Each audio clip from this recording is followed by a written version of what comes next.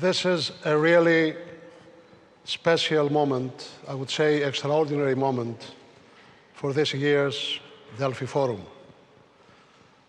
Because we welcome the Prime Minister, Tony Blair, and I welcome him to Athens as well, and I thank you, sir, for joining us. He will discuss with Mr. George Peristeri very soon. Tony Blair has been one of the most charismatic world leaders of the last 30 years. The change he brought first to the Labour Party and then to Britain itself paved the way to the great period of optimism and extroversion of the United Kingdom. Cool Britannia became a synonym for uninterrupted growth, marked the resurgence of well-meaning patriotism, and the spurred celebration of cultural renaissance. We are lucky and honored, sir, to have you here today in a discussion with Mr. George Peristeri, one of the most prominent business leaders in this country. I give the floor to Ms. Rania Jima. Okay, so good afternoon to everyone. It's a great honor for me being a part of this conversation regarding one of the greatest challenges that the planet will have to face through the next decades, that is the climate change. So are there any lessons learned from the COVID-19 pandemic which we can apply dealing with the climate change? Yes, there are. Many lessons. The two subjects are linked to each other and can be compared to each other. So it's a great honor to welcome to the 6th Economic Forum Mr. Tony Blair. Mr. Blair has served the United Kingdom as a Prime Minister for more than 10 years. 1997-2007, he was the first Prime Minister to put this subject, this serious subject, to a very high level, to the G8 summit in 2005. He still cooperates with leaders around the globe in order to find consensus in terms of international politics for the environment. And Mr. Blair is also the executive chairman of the Tony Blair Institute for the Global Change. It's also a great honor to welcome the president and CEO of YEK Terna, Mr. George Peristeri. Terna is one of the greatest groups present not only in Greece, but also in Central Europe, in the United States and the Middle East. For years, Terna leads the field of renewable energy sources and on the field of clean energy from the 90s. Throughout the period of the Greek crisis, Terna Group implemented investments that overcame 5 billion. Mr. Peristeri is also president of the LAS RES. I would like to start with some thoughts of mine regarding the subject. We were discussing about it with Mr. Blair and Mr. Peristeri previously. What I understood throughout this COVID-19 pandemic is that when governments understand that they actually have to deal with something which is very crucial for their economies and for the lives of people, they can mobilize funds very quickly. They just need to understand the urgency of the problem. So if they decide, they can do that also for the climate crisis, because the private sector cannot move on itself. Let's take the example of the United States. The new Biden administration mobilized $1.9 trillion for the pandemic. They are not moving so fast for the climate. So I think we can start our conversation. So Mr. Blair, Mr. Peristeri, what kind of lessons can we draw from the pandemic and the way it has been managed? Do you think that the lessons can have a broader application to other major problems humanity faces, climate change, for example? Yes, I think, for governments, COVID-19's probably been the biggest logistical, organizational, practical challenge they've ever faced, that government has ever faced. And what's interesting is that the governments that have performed well have done better. You might think that's obvious, but it really has been a matter of the quality and capacity. And if you treat the subject of climate change with the same urgency, it should be possible to mobilize some of that same organizational capacity and strength. And so if you look at what we've actually done in COVID, we've gone from identifying a pandemic to getting vaccines to deal with it in a space of a year. In fact, the first vaccines were really developed within a couple of months of the pandemic beginning. We've managed to manufacture them at an unprecedented scale, do trials at an unprecedented scale. We've done testing of our population on a basis that's never been done before, and we've developed a whole lot of new tests. And if you think about what vaccination takes for a country to roll out vaccination across the country, I mean, if you look at the UK, it's been a huge logistical challenge, but it's one that we've met. So if it really matters, you can do it, is the lesson. And therefore, the question really, in respect to climate change, is that we know the answer is the acceleration of the science and technology. In the end, that's the only way you're going to beat it. And so the question is, how do you put in place the funding and the incentives and the framework that mean that we're developing those scientific and technological solutions to climate even faster? And again, you can more or less go through the climate change issue and identify what those challenges for science and technology are. So I think it's, you know, it seems almost too simple to say, well, we did it for COVID, you can do it for climate. But actually, I think a lot of the lessons are the same. And one final thing that I think, by way of opening, is also similar, is that it's only through global cooperation that we will win. So one of the things we're learning about this pandemic is that, you know, even if countries like Greece or the UK, European Union, USA, even if we get ourselves vaccinated, if the rest of the world doesn't, then the disease is still circulating, you can have different mutations. Can we find this global consensus for the climate, Mr. Blair? Yeah, this is what we've got to do. And I think this global consensus for the climate, I think, is potentially there. The COP26 summit that the UK will host at the end of this year will be an immensely important moment when the scale of the ambition has got to meet with the scale of the problem. Okay. Mr. Peristeri, what was the greatest lesson that COVID-19 taught us in a very hard way, but at least which we can apply the next years in the climate change? Okay. Not underestimating or understating the disaster of the COVID, I think the most serious lesson that humanity must take is that for something which is a pandemic and which is temporary, we have seen and have been terrified, and people have suffered and people have died because of a pandemic which usually lasts 1, 2, 3 years historically wise. So this should lead humanity to understand what a climate destruction will mean, because a climate change is a word, I believe, which was appropriate many years ago or some years ago. From now on, the real word is climate destruction, because we're moving so slow that we could face climate destruction, not climate change. The key word is what the Prime Minister just said, urgency. Because the pandemic had an urgent character, everybody had the consensus, there was a lot of money deployed, a lot of laboratories, of companies, of scientists started working. On the other hand, the climate, at least as of today, does not seem as urgent, because we're talking about 2030, 2040, 2050, and all these things to the human nature are something quite long-term, mid-term, and definitely they are not affecting their lives of tomorrow and their employment and their standard of living of the next 2 years. So the real lesson is that if for the pandemic we see so much suffering, we should understand what the climate will bring, which will not be temporarily, will not be faced by vaccination. So we must really try hard. I'm not a politician, so I cannot really give my opinion how this consensus can be obtained.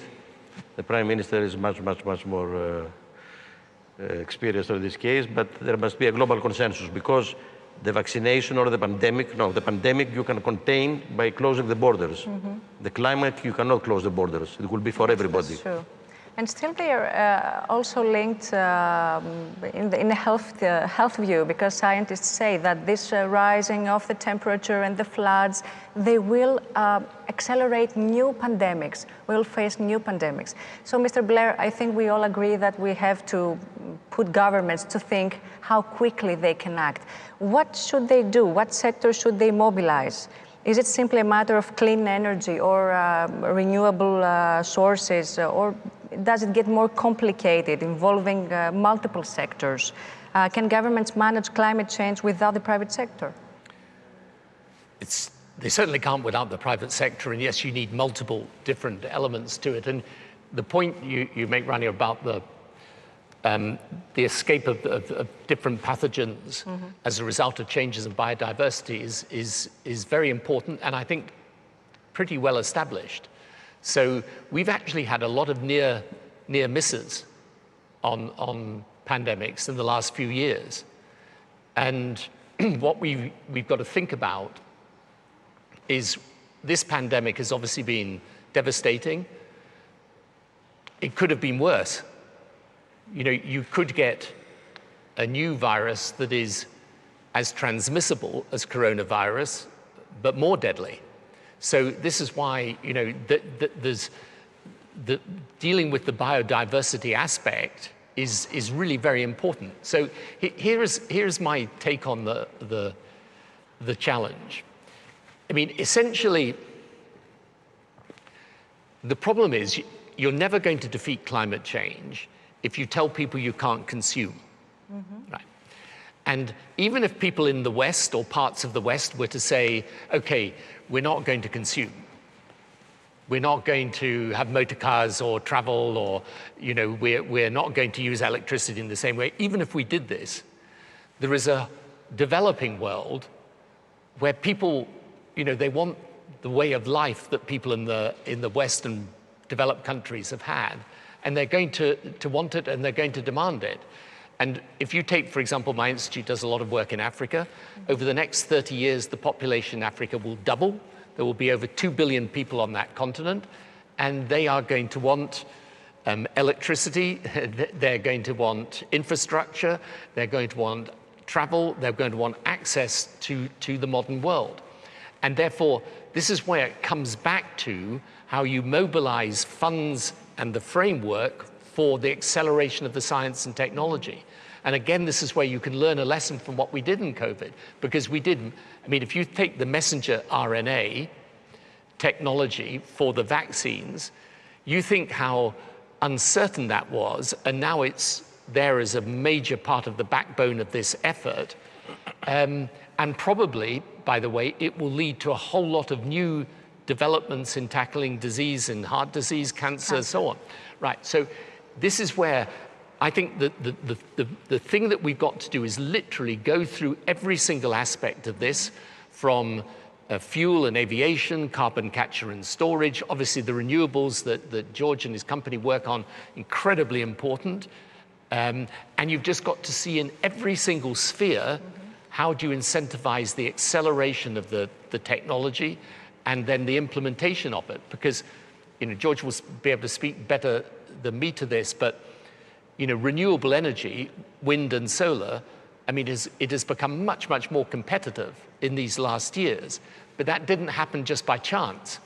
It happened because there was incentives and framework and funding put in place to accelerate the development of it. And so I think you've just got to do this in literally every single sphere of the problem. And, you know, you've then got to also help bring those new technologies to the developing world. So, Mr. Blair already introduced us a bit to also a more social approach of the subject. I would like to ask you, Mr. Peristeri, if clean energy is cheap energy, and will it only address problems of climate change, or can it also help fight energy poverty, especially in the developing world, essentially wherever it comes across it?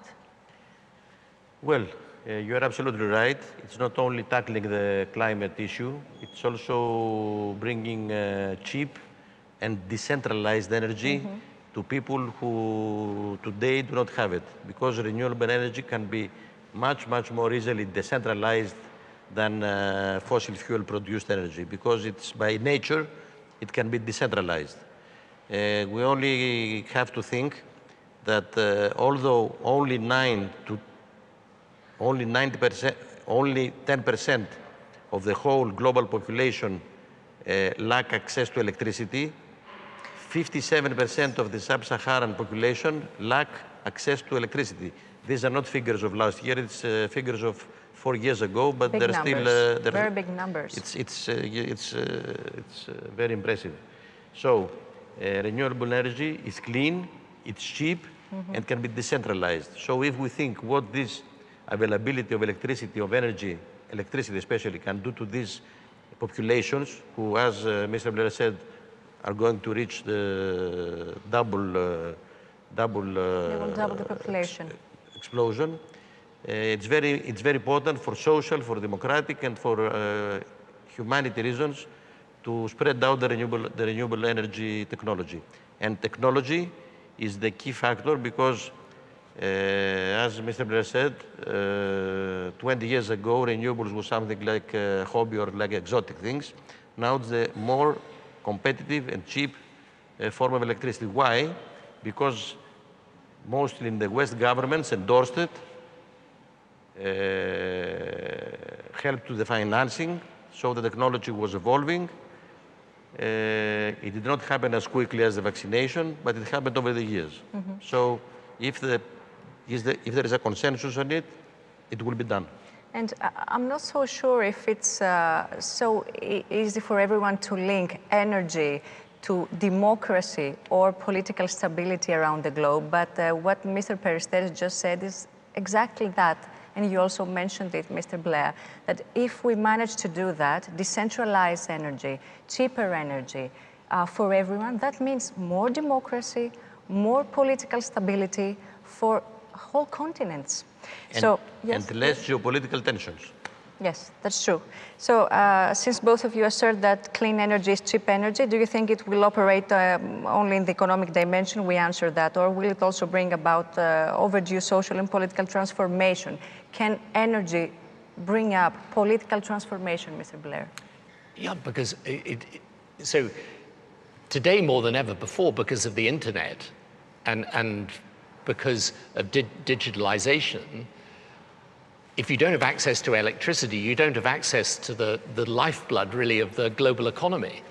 So for a lot of developing countries, if significant numbers of their people aren't able to use electricity, then they're not able to operate effectively.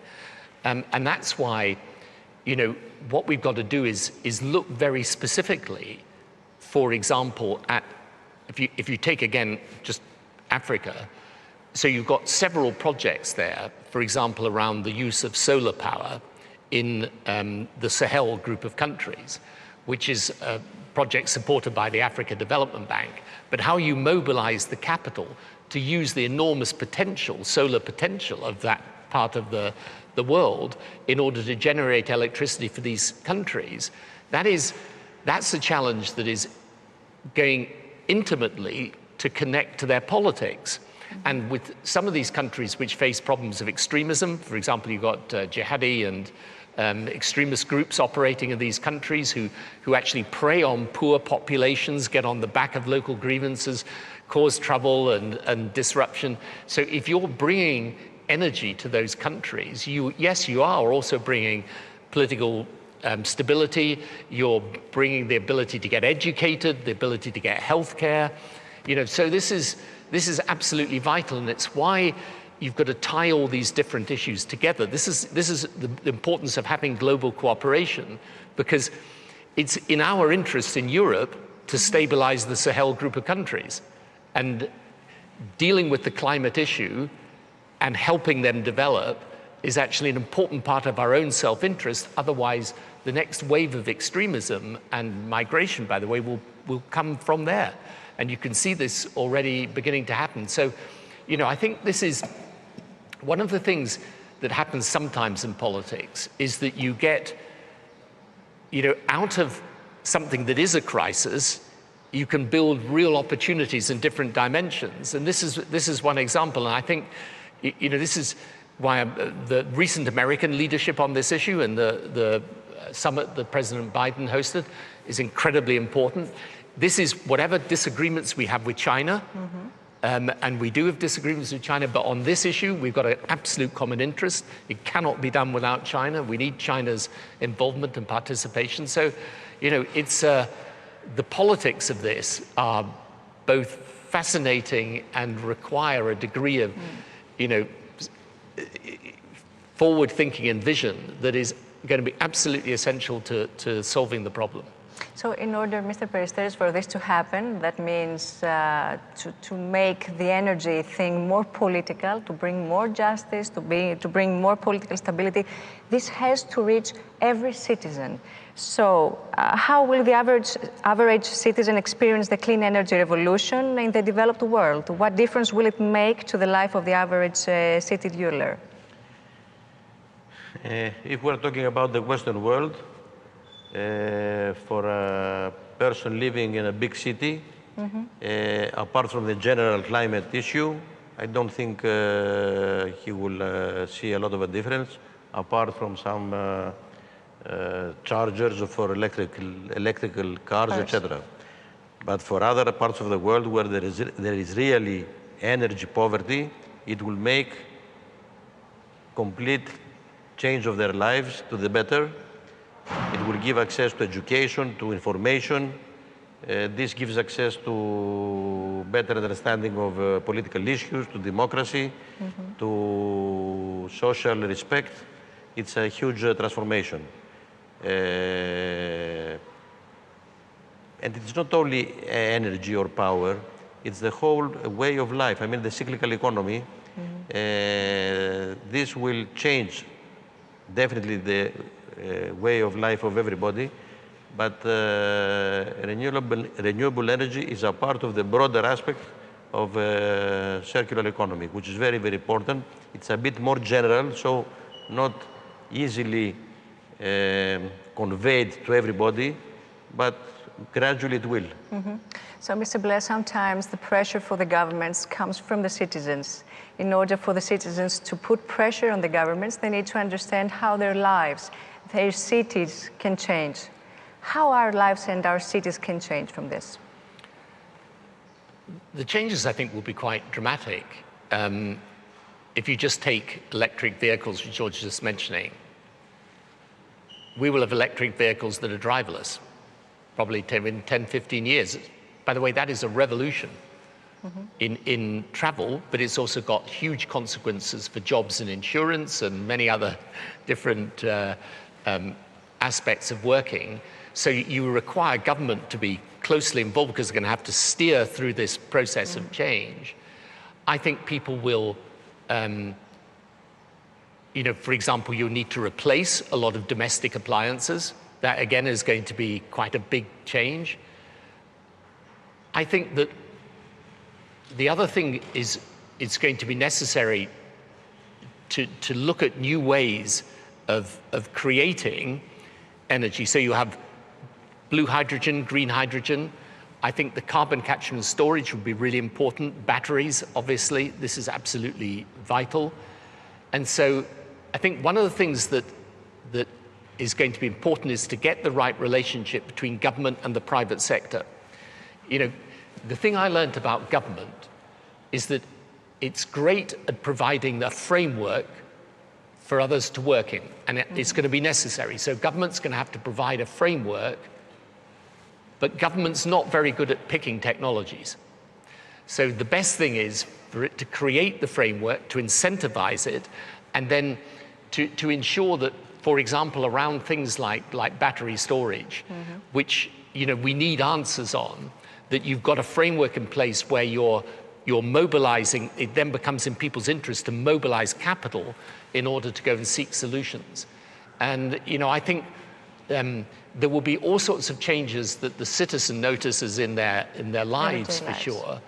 But if I had to pick one aspect of this that troubles me, is that I think there is a gap between the time that we're now taking to develop these new technologies and the time that is required in order to get anywhere near the climate ambitions that the world has set itself. So if you look at where we are and where we need to be, there's a very substantial gap that we need to fill. Okay, let's bring it to us. So Mr. Peristeri, given Greece's abundance of solar and wind potential, what are some other prerequisites that may turn these natural advantages into a practical benefit for the country? Can Greece participate in the clean energy revolution by becoming a regional energy hub? First of all, I don't think you need to have a revolution. You need to have understanding and will.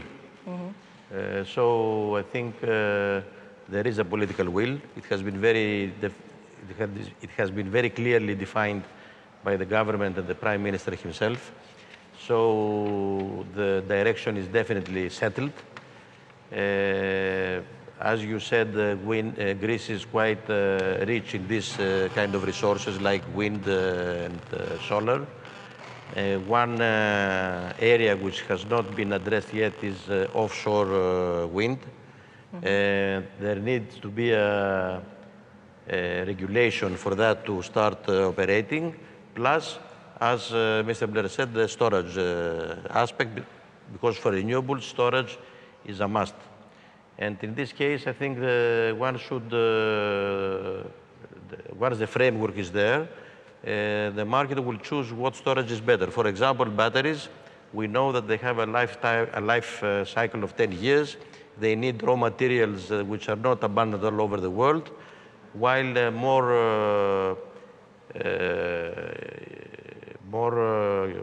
trustworthy technologies like pump storage can be much more beneficial to local installations because they have a lot of local content. They have a life cycle of 100 years, and they have no environmental residuals as batteries have. Having said this, I think, to summarize, Greece has been given the direction by the government to go in this way, and I think it will go in this way. I'm quite optimistic. Okay. So, Mr. Blair, where do you place Greece in this energy map?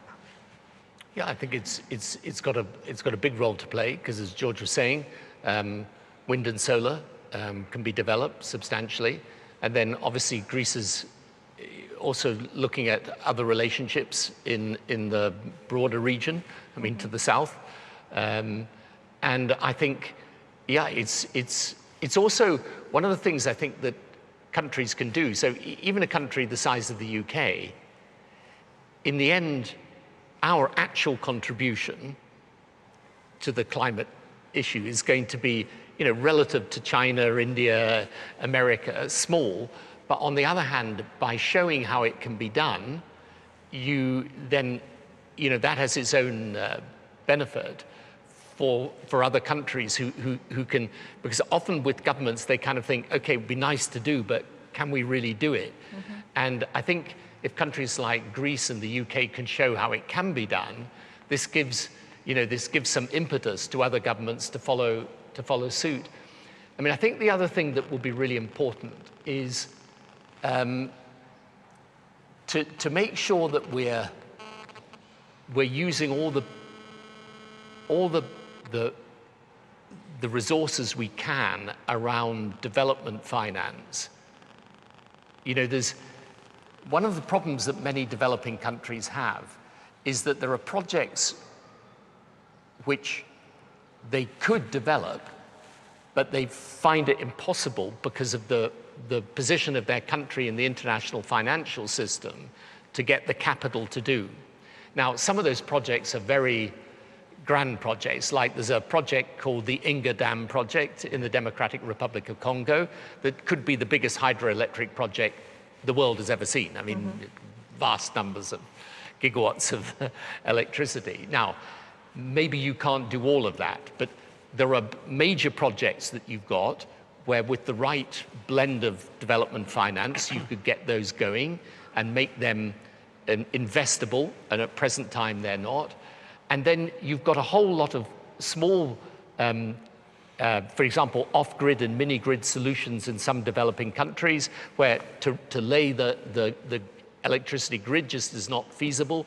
And those are very good for, say, renewable energy, for solar energy, small solar energy projects. So I think the other part of this that I would emphasize is the financing part. And this is where, you know, okay, the Americans are going to do now a big set of infrastructure projects, and a lot of that's going to be on renewables. That's great, and they can get the finance for that very easily. But I think we need to be looking at how different elements of the international financial institutions work together so that projects that could be investable are made investable. And I think this will be a big part of it, because otherwise you're going to find that even, as I was saying earlier, even if some of the developed world moves very fast on this now, the developing world's going to find it tough. So, unfortunately for me, this conversation has to come to an end. It has been a great honor sharing our thoughts and our ideas. Gentlemen, thank you very much. Thank you. Thank you very much. Thank you, Mr. Prime Minister. Thanks. Thank you.